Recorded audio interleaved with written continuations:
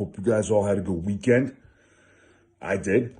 And I hope you guys are off to a good, strong start of the week. And you're excited and you're motivated and ready to go because we have things that we need to get done.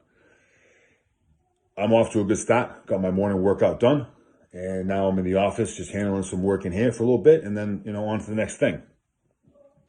I stopped. I'm pausing here for this because there's a little bit of irony going on.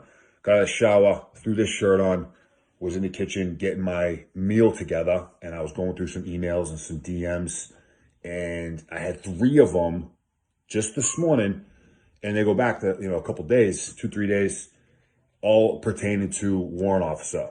What does a warrant officer do? How do I become a warrant officer? And I get warrant officer questions, kind of frequently, and I'll usually just answer them as I get them. But since I had 3 of them this morning, I happened to be wearing this shirt, maybe it was a sign. So I'm jumping on here just to do a quick video on what warrant officers do, the history, real quick. So this is casual, not really planned. I looked up a couple pieces of information just so I had them readily available. We'll just see how this goes. All right. So technically, the warrant officer rank can be traced back to the end of the 19th century. However, it didn't officially become a thing until 1918, which I think is actually, right there, 1918. Okay, boom. 1918, warrant officer rank becomes a thing. Okay. What is a warrant officer? All right, I'm talking across the warrant officer spectrum. Warrant officers are considered technical experts. And every time you hear me say the word expert, moving forward, just imagine I got these little air quotes up there. Okay? It doesn't apply to every single warrant officer. Technical experts. What does that mean? It means that warrant officers are considered experts in how a system functions. That's it. Every system has a series of organisms or a series of components that have to work together to make that system function, right? Like look at it, an engine in a vehicle. There's all these different pieces that all have to work together to make the vehicle work, to make the engine work, right? The warrant officer is the expert in understanding how that system functions. So your technical expertise. Warrant officers are also technically considered combat leaders, something I don't personally agree with. In the Army alone, there are warrants within 17 branches.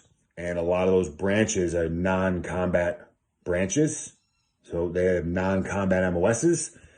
I don't know how you can be considered a combat leader if you've never been in combat. And there are certainly plenty of warrant officers out there that have never been in combat. And that's just the reality of their job and their experience. So leader, I can see that all day. Combat leader, I think, is something different. Just my opinion. Warrant officers are also considered trainers and advisors, a word we'll come back to here pretty quick. All right, that's just warrant officers in general. The Army decided that there were certain positions where we needed longevity, right? A position that required longevity, where you have commanders and other leadership that are rotating on and off that section or detachment or whatever it is every year or two. You needed someone or people that were there long term to keep everything moving forward while these other individuals are rotating on and off. All right, so the warrant officer is there to provide that continuity, right, long term, which then in turn helps that warrant officer to only increase the expertise in how that system functions. All right, so it's mutually supportive. That's warrant officers in general, okay? SF warrant officers, which is what I do, okay? There's really 2 ways to look at it in terms of roles and responsibilities, what it is that we do, what it is we're expected to do. I look at it in 2 ways. You got doctrinally, and then you kind of got in reality, right? And those overlap, right? Because they're both real. Doctrinally, warrant officers are considered subject matter experts in unconventional warfare, intelligence operations fusion, right, which otherwise referred to as targeting, mission planning, risk management, and long-range training management. Doctrinally, there are other ones that are in doctrine. Those are the ones that jump out to me. All right. Go a little more in depth in some. Long-range training management. Again, the warrant officer is there long-term on the team to be looking out 18, 24 months down the road and organizing the training calendar to include deployments or any trips anywhere else so that they're all working in sync. And the ODA, the team as a whole, is able to progress over time and continue to get better while personnel may be coming and going. Risk management, the warrant officer is there to provide that, which is something that we have to do for all training events and all operations.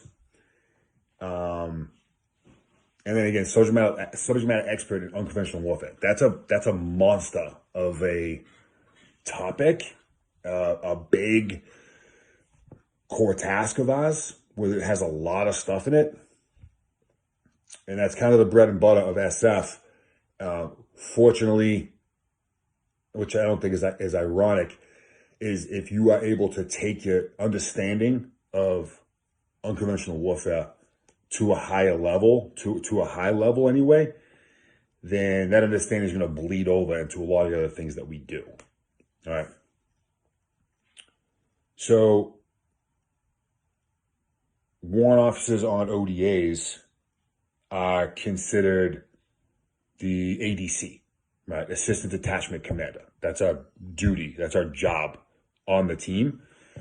So we will, at some point, serve as the detachment commander or the team leader, synonymous terms, at some point. Whether that's as a captain is rotating on and off the team and there's a gap in between, the warrant is there to take over the team as the commander. Or if the team is running in split team operations, the captain would go with one and the warrant would go with the other. And now you've got two detachments essentially, and then two detachment commanders. Which, by the way, the reason why the ODA is set up the way it is with 12 people is to be able to do split team operations. That number 12 didn't just come out of nowhere. So there's a method to the madness.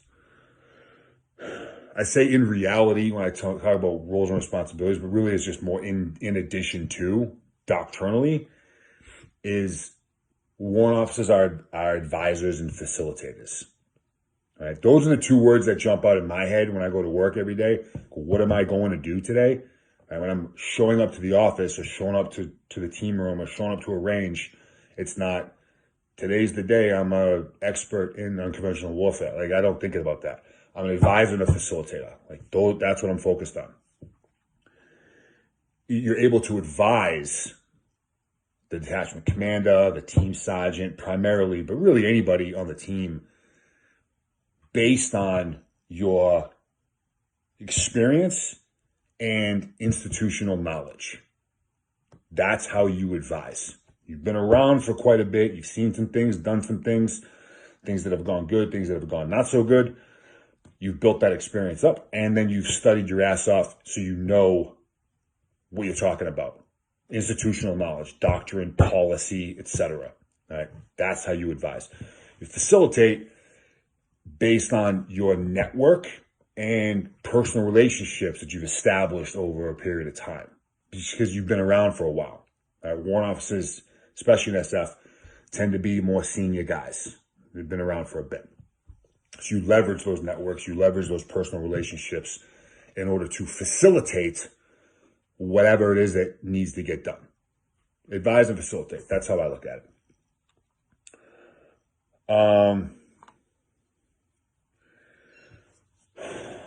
There are several character traits, I'd say, several things that an SF warrant officer needs to be able to do to be successful, to be value added.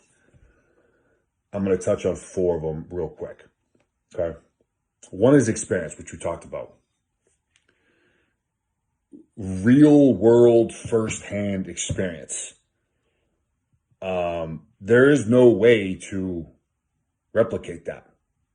Right? The hottest worker in the room, the most disciplined, dedicated person ever, cannot just create experience out of nowhere.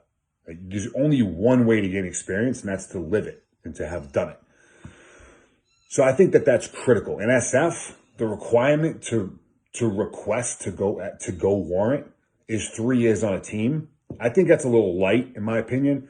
That may be the case for some people, based on just where they were assigned and what that team had to experience, or had the opportunity to experience.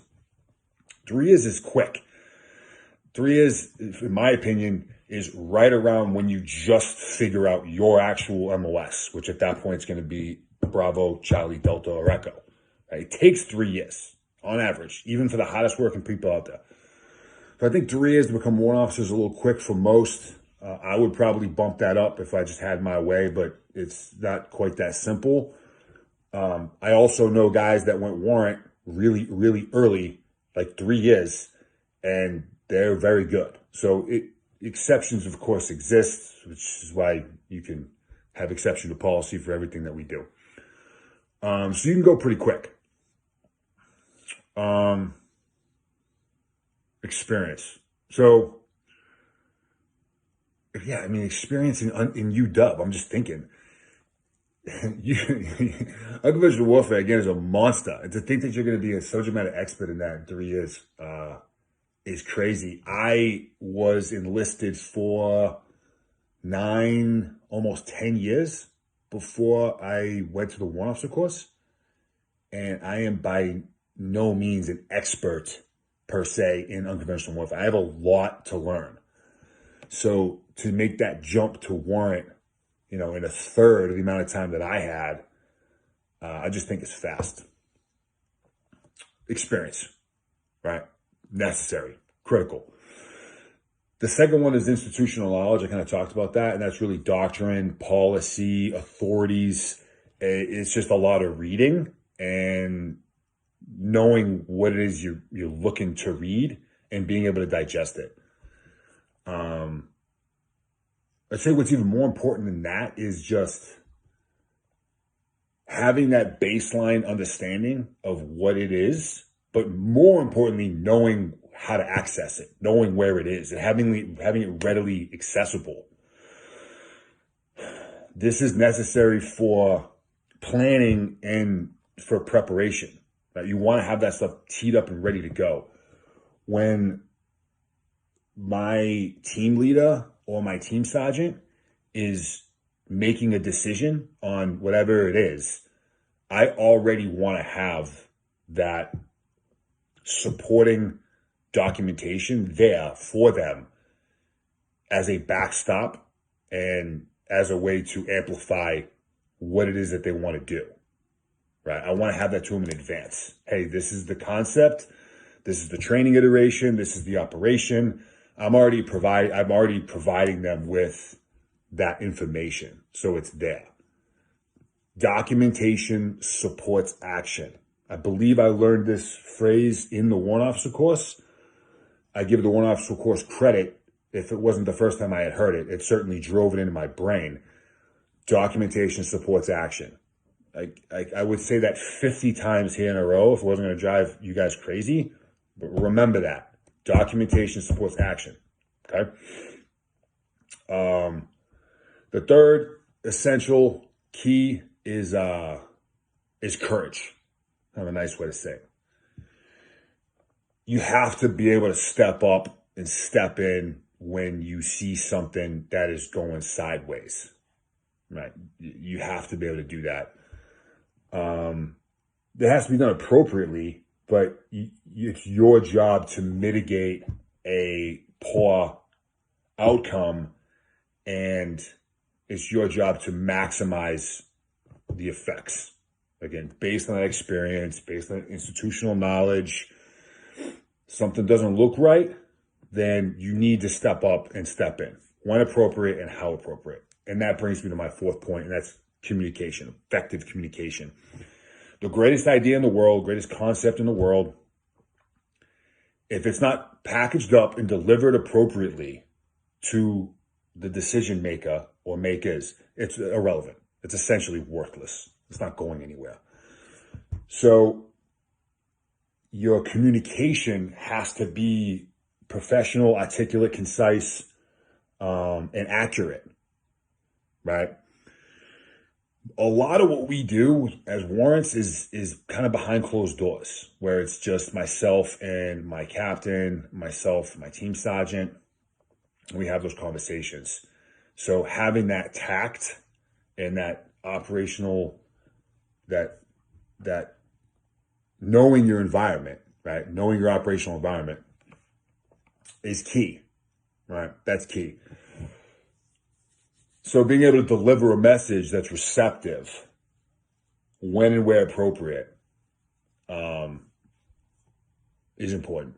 All right. So those are the four things I would focus on, or that jump out to me anyway, is experience, institutional knowledge, courage, and effective communication.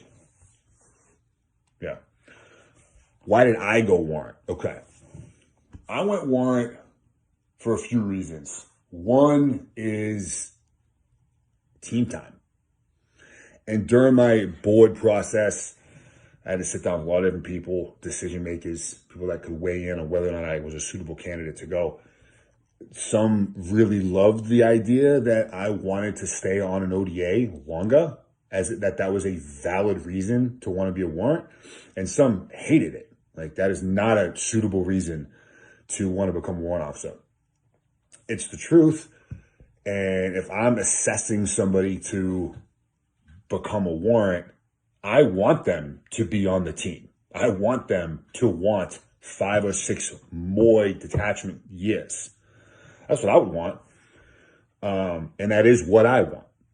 So that's the reality. Once you go warrant, it kind of resets your clock a little bit. Because again, you provide that long-term continuity. So our career trajectory is W1 through W2 is on the team.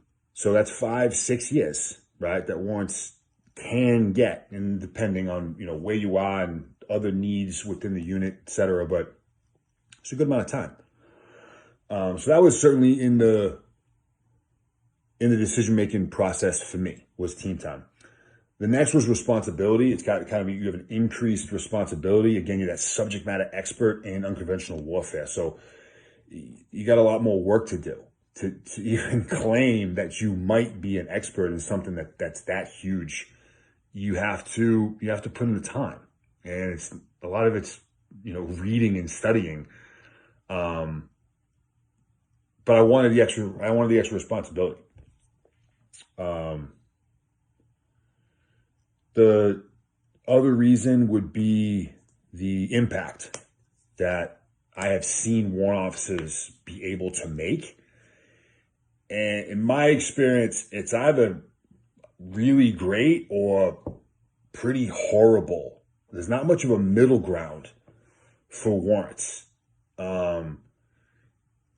You either are bringing immense value or you are detracting from what the ODA is able to do. So I obviously wanted to be that positive influence and that positive impact to a team.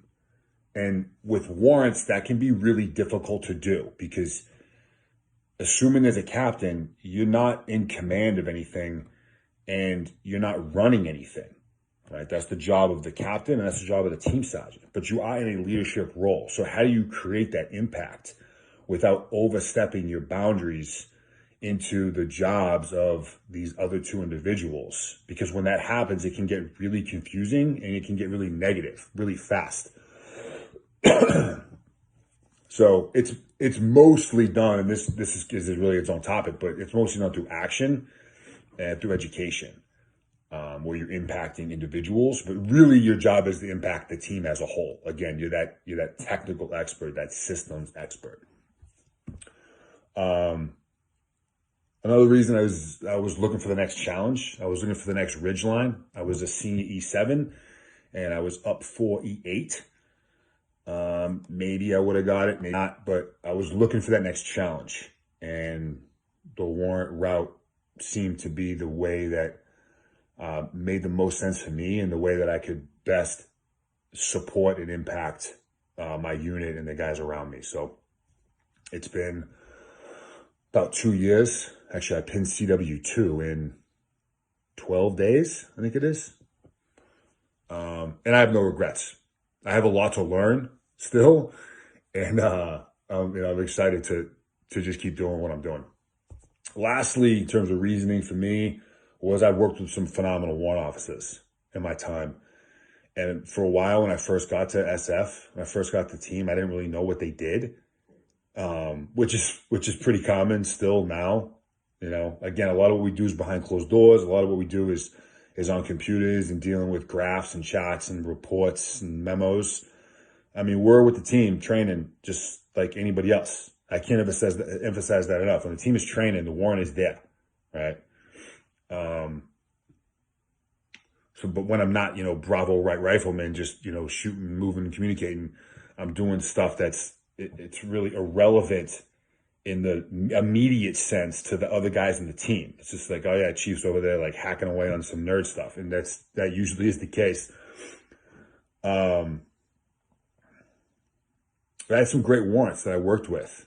And, again, in the early days, like, what do those guys do? And then as I get a little more senior and I started interacting with some of these guys and learning from them, and these guys are, older, crustier, which is all of a sudden kind of me, and I got a lot of experience and a lot to learn from.